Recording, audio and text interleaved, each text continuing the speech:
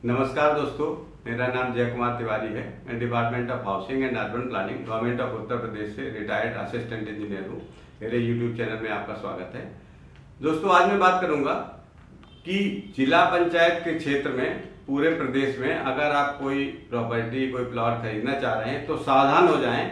क्योंकि बिल्डर्स यहाँ पर अवैध रूप से प्लॉटिंग कर रहे हैं और आपको अवैध प्लॉटिंग के अंतर्गत प्लॉट बेच सकते हैं। तो इस वीडियो में आप ये भी जानेंगे कि अगर आप प्लॉट खरीदने जा रहे हैं तो किन बातों का ध्यान रखना है प्लॉट खरीदते समय, ताकि समझ पाएं कि ये प्लॉट का नक्शा पास हो जाएगा या नहीं हो जाएगा, ये कॉलोनी अवैध तो नहीं है।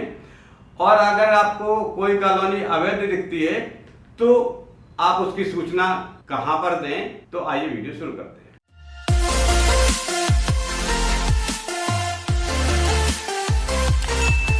दोस्तों, जैसे कि आपको मालूम है, मैं इस समय जिला पंचायत क्षेत्र में नक्शा पास करने की प्रक्रिया, वहां हो रही अवैध प्लॉटिंग आदि के बारे में जानकारी दे रहा हूं।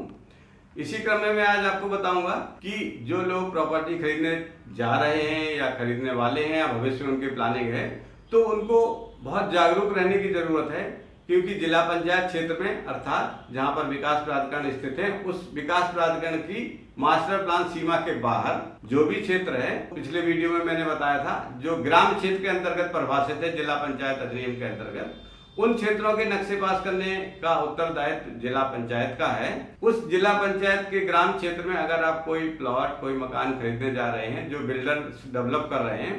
तो आपको बहुत सावधान होने की जरूरत है, क्योंकि बिल्डर्स आपको किसी भी तरह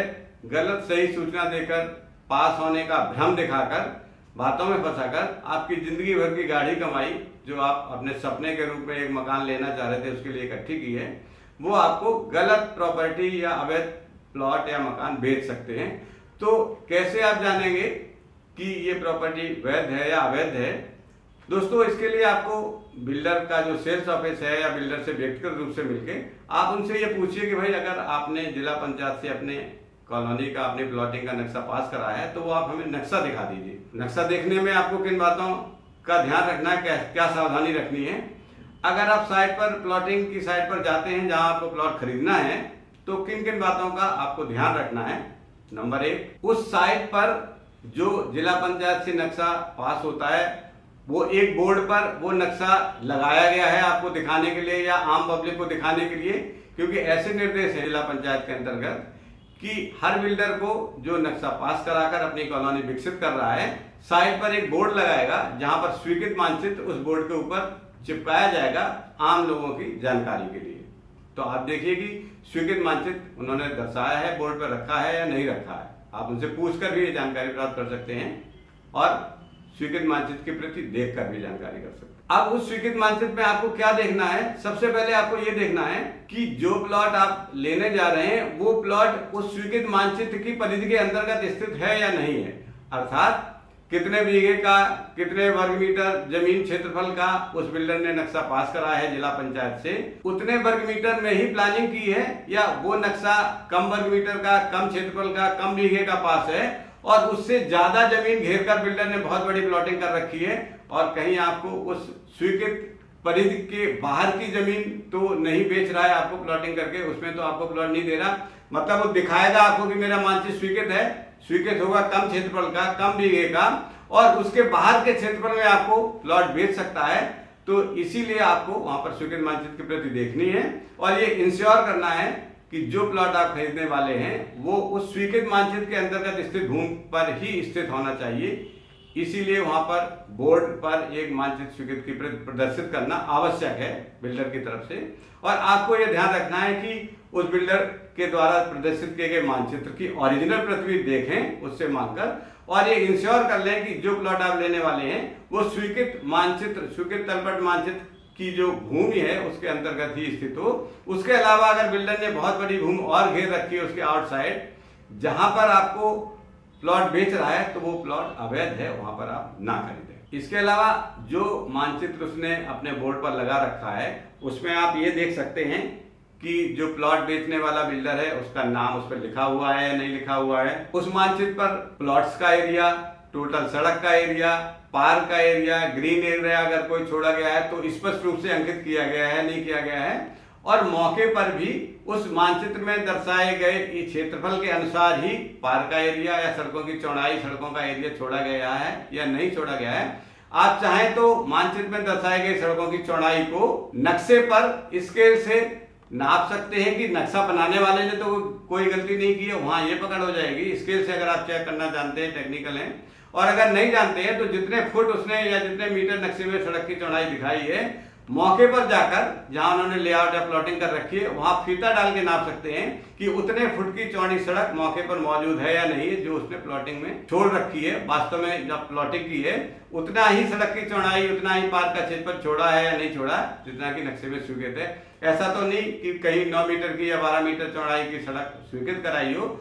और मौके पर 12 मीटर चौड़ी सड़क को उसने 9 मीटर छोड़ रखा हो, या 9 मीटर की सड़क को उसने 8 मीटर या 7.5 मीटर छोड़ रखा हो, और प्लॉट एरिया जो सेलेबल एरिया है जिससे वो बढ़ जाएगा और अतिरिक्त वो कमाई कर सकता है, लेकिन ऐसी प्लॉटिंग अवैध प्लॉटिंग के श्रेणी में आएगी। ये भी आपको ध्यान रखना है। इसके अलावा आपको ये भी देखना है कि जो उसने प्लॉटिंग की है उस पूरी प्लॉटिंग के चारों तरफ पेरीफेरल में उसने बाउंड्री वॉल बना रखी है या नहीं बना रखी है, क्योंकि स्वीकृत लेआउट के अंतर्गत जितनी भी भूमि मानचित्र में दर्शाई गई है उतने में ही उसको प्लॉटिंग करनी है, और प्लॉटिंग की गई सारी भूमि को स्वीकृत मानचित्र के जितना क्षेत्रफल है उसके चारों तरफ बाउंड्री वॉल बनाना भी अनिवार्य है, इसलिए कि उस छोटे से स्वीकृत हुए टुकड़े के साथ संलग्न भूमि पर वो अतिरिक्त भूमि जोड़ के, मान लीजिए उसने 10 बीघे में प्लॉटिंग पास कराई और 10 के बाद 15, 20 और 25, 30 इतने बड़े क्षेत्रफल पर उसने अवैध रूप से उस छोटे पास वाले टुकड़े को दिखाकर लोगों को, क्रेताओं को, और अवैध प्लॉटिंग करके तो प्लॉट नहीं बेच रहा है। इसलिए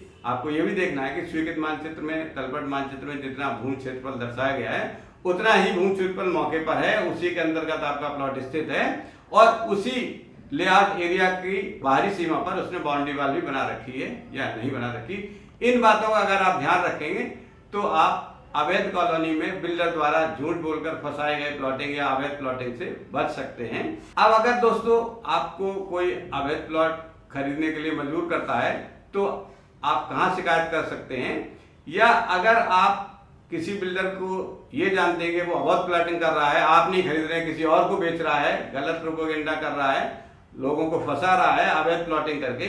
तब आप लखनऊ के बारे में कहां सूचना दे सकते हैं, इसके बारे में मैं बात करूंगा। दोस्तों, अगर आप अवैध प्लॉटिंग के बारे में सूचना देना चाहते हैं जिला पंचायत क्षेत्र में लखनऊ में, तो आप लखनऊ में मेल के माध्यम से AMA-Lucknow@gmail.com पर मेल कर सकते हैं और सूचना दे सकते हैं कि यहाँ पर अवैध प्लॉटिंग की जा रही है। आप गांव का नाम, अगर खसरा नंबर पता लग जाता तो खसरा नंबर, या उसकी लोकेशन बता सकते हैं तो लोकेशन बताकर और बिल्डर का नाम बताकर आप AMA अपर मुख्य अधिकारी, AMA का मतलब अपर मुख्य अधिकारी, AMA-Lucknow@gmail.com पर मेल कर सकते हैं। इसके अलावा आप टेलीफोनिक भी अवैध प्लॉटिंग की सूचना दे सकते हैं। उसके लिए मैं आपको टेलीफोन नंबर बता रहा हूं, आप अपने स्क्रीन पर भी देख सकते हैं। ये जिला पंचायत कार्यालय के नंबर हैं। दोस्तों, लखनऊ के लिए 9519518649, फिर से रिपीट कर रहा हूं, 9519518649। दूसरा नंबर है 9794396349 पर टेलीफोन करके भी आप सूचना दे सकते हैं। दूसरे वाले नंबर को मैं दोबारा से रिपीट कर रहा हूं, 97943963 और 49। इन दो मोबाइल नंबर्स पर आप अवैध प्लॉटिंग की सूचना जिला पंचायत कार्यालय लखनऊ को दे सकते हैं, और मेल के माध्यम से भी दे सकते हैं, जैसा कि मैंने अपनी मेल आईडी, मेल का एड्रेस बताया था। दोस्तों, इस सूचना के साथ ये वीडियो यही समाप्त होता है। अगले वीडियो में किसी महत्वपूर्ण बिंदु पर फिर आपसे चर्चा करेंगे। नमस्कार।